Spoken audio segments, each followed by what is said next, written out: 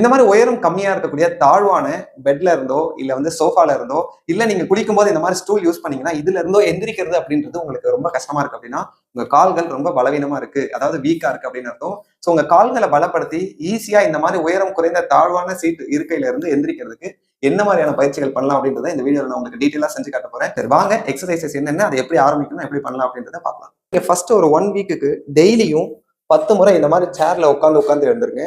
So ஒருவேளை உங்களுக்கு இது மாதிரி உட்காந்து எழும்புறது கஷ்டமா இருந்தது அப்படின்னா இந்த மாதிரி ஒரு தலைக்காணி போட்டு கூட ஹைட்டை இன்க்ரீஸ் பண்ணிட்டு பண்ணலாம்.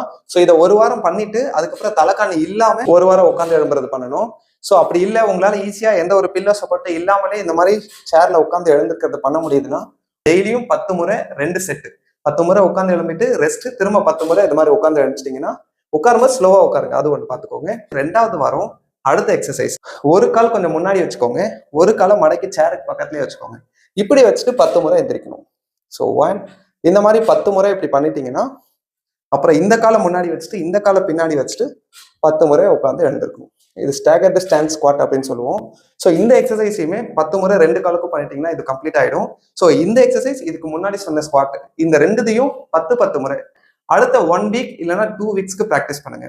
ஸோ இப்போ டோட்டலா 3 வாரம் நம்ம கடந்திருப்போம். 3 வாரம் கழிச்சு இப்போ நான் சொல்லக்கூடிய ப்ராக்டிஸை பண்ணி பாருங்க. இந்த மாதிரி ஒரு சின்ன ஸ்டூல் போட்டுக்கோங்க. அதுக்கப்புறம் அதுக்கு முன்னாடி வந்து இந்த மாதிரி கிரில் கேட்டோ இல்லை ஜன்னலோ இருக்கணும்.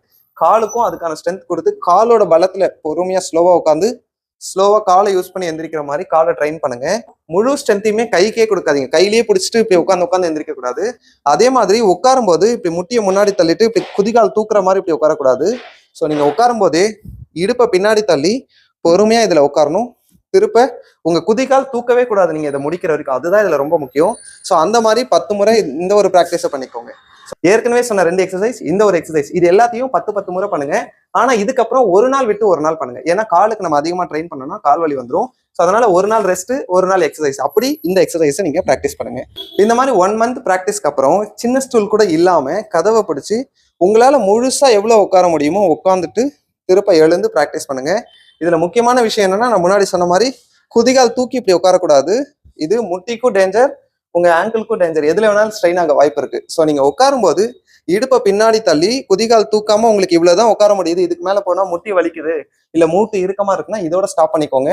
ஸோ இப்படியே உட்காந்து ஒரு 10 முறை உட்காந்து எழுந்து ப்ராக்டிஸ் பண்ணுங்க. இல்ல உங்களால முழுசாவே பேக்கை பின்னாடி தள்ளி ஃபுல்லா அப்படி உட்கார முடியுது, முட்டி வந்து உங்க கால் கட்ட விரலுக்கு முன்னாடி போகக்கூடாது, அது மட்டும் பார்த்து உட்காந்துட்டு எழுந்திருக்க முடியுது அப்படின்னா இந்த மாதிரி ஒரு 10 முறை பண்ணிக்கோங்க. ஸோ இந்த 4 எக்ஸசைஸை மட்டும் 1 மாசம் ப்ராக்டிஸ் பண்ணீங்க அப்படின்னா உங்களோட கால் வந்து தேவையான அளவு ஸ்ட்ரென்த் ஆயிடும். இந்த எக்ஸசைஸ் எல்லாம் ஃபாலோ பண்ணிட்டு உங்களுக்கு எப்படி இருந்தது, பலன் கிடைச்சதா இல்லையா அப்படின்றத கமெண்ட் பண்ணுங்க.